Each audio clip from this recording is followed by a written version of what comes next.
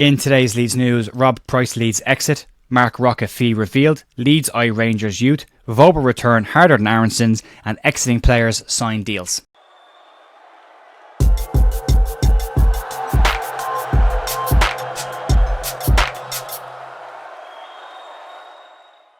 Morning folks, Jer here at The View on Friday morning the 21st of June with your Leeds United news. Not a huge amount of stuff floating around this morning, just a couple of reminders. The podcast will be out about 6:30 tonight with a couple of people discussing in more detail with opinions the news of the week and what's been going on with a little bit more detail.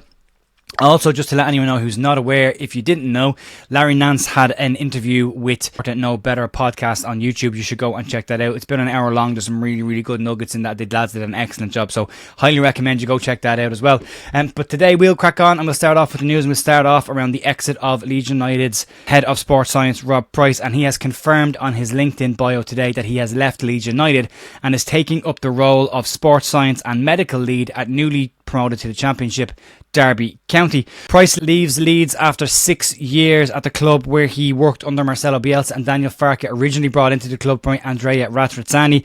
Price joined Leeds from Hull City in 2018 after having 6 years there and had previously been the head physio at Liverpool before that. Leeds have confirmed the exit on their official site, but there is no news as of yet around any potential replacements for Rob Price just yet. We'll have to wait and see. Moving on to the Mark Roca situation, and I will keep covering this. There's been a couple of people in the comments making comments about this. If any player is connected to Leeds, if it's news around Leeds, connected to Leeds or affiliated to Leeds, I'm going to cover it. That's the entire point of this channel. So Mark Roca, as of yet, and Jack Harrison are still Leeds United players until they're not. The update on the situation around Mark Roca is the following. Some information has come out from Spain's outlet Al Final de la Palomera around the situation with Mark Roca and the potential fee. Mark Roca is expected to complete a permanent move to Real Betis shortly, but Leeds won't be receiving the initial £10 million that they paid for him from Bayern Munich. Leeds value Roca is said to be about £8 million from Spanish outlet Relevo, but they're expected to bring in less than £5 million on this transfer. Roca has been described as a key member of Manuel Pellegrini's side last season, outside of picking up some injuries and having a serious illness and a bout with pneumonia after Christmas, which curtailed his season a little bit. Surprisingly enough, with this fee, Leeds are not expected to register a loss on the player from a PSR perspective, based on how the structure of the deal with Mark Roca when he joined Leeds in the first place was sorted. BBC's Adam Pope says if the deal is confirmed, it will be a huge wage off the books from Leeds and will help towards Leeds' PSR situation. Leeds will have broken up the initial £10 million fee that they paid for Mark Roca over the length of his contract, and they may have paid a bulk fee up front, which means coming into this season, if Leeds owe less than £5 million on the player, selling him for £5 million would bring in some form of a modest profit. But from a PSR perspective, Leeds wouldn't be registering a loss, and that's a key point there. And getting the wages off the books before the 30th is a very important one before he actually drops back onto the official wages sheet of Leeds for next season. So he's expected to go pretty soon. We should get confirmation on that in the next couple of days, but he's very widely expected to be leaving shortly. Moving on to a potential incoming in the youth ranks for Leeds United, and Leeds United, Manchester United, Wolves and West Ham are all said to be interested clubs in young Rangers player Archie Stevens. According to Football Transfers through the Yorkshire Evening Post article, they claim that the 18-year-old is considered one of the brightest prospects at Ibrox and is heading into his final year of his contract. Stevens made his debut for Rangers at 16 years of age and has played sporadically for the first team as well as the second team.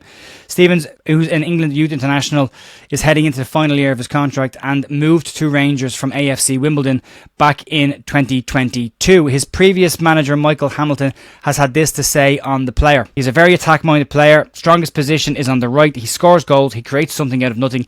He's a highly effective player. Coming into next season, Leeds will need to strengthen the under-21 ranks as well as the first team, and as we've said before, there are different recruitment mechanics behind the scene with Leeds doing different jobs, and I'll all focus on this. So somebody will say, why are Leeds looking at the youth when they should be focused on the first team? They'll do both.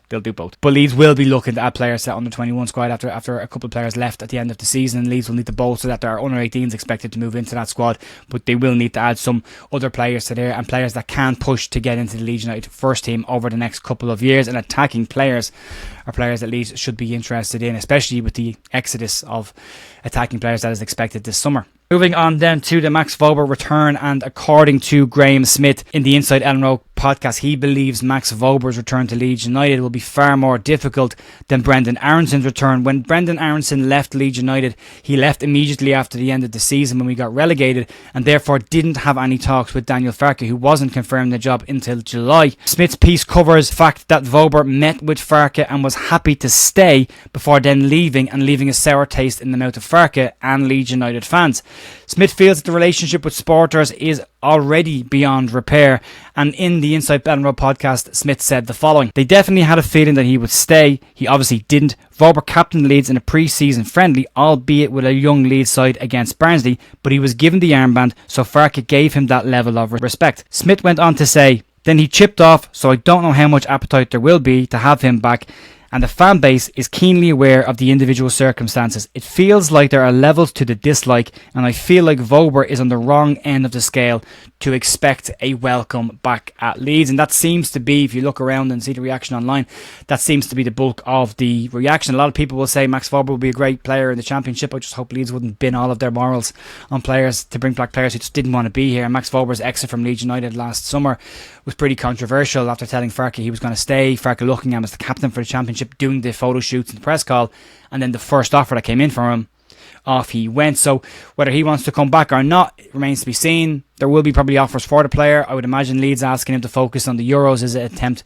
to get his price to increase slightly, but it will be a controversial situation should he come back. There is no doubt in the Championship he will be a good defender, but whether Leeds want that type of character walking back into their dressing room, a character that has been labelled at previous clubs and himself names himself as a warrior and a leader, doesn't tend to act like that. You look at players that Leeds have had, like, you know, David Batty, Olivier Decore, Gaetano Berardi, Liam Cooper, players that were actual leaders in the sides, and Max Wober's actions speak louder than words for me. But again, other people have other opinions on that, and that's absolutely fine. We won't fall out and disagree on opinions, but it will be a situation to keep an eye on over the next coming days. And then finally, just to wrap up today on some players that have exited Leeds between the back end of last season and at the end of their contracts and where they've gone, just to update everyone. Lewis Bate has signed a 4-year contract at Stockport County. The League One outfit were promoted last season and have moved to sign Bate permanently after an impressive season at MK Dons last year. So we wish Lewis Bate all the best in his future and what he does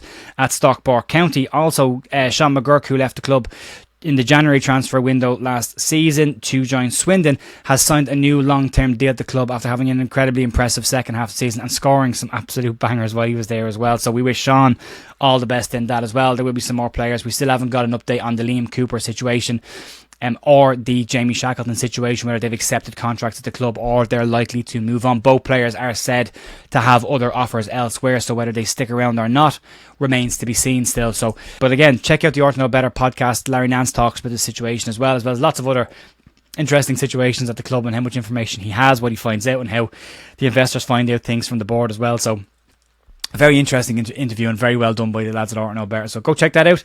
I will be back later on this evening with the podcast. It won't be live. It'll be a pre-record, but you'll see it live. And then I'm back on Monday morning for more Leeds news. Have a cracking rest of your day. And if you're not watching the podcast, enjoy your weekend. And I'll be back on Monday for more Leeds news. See you then.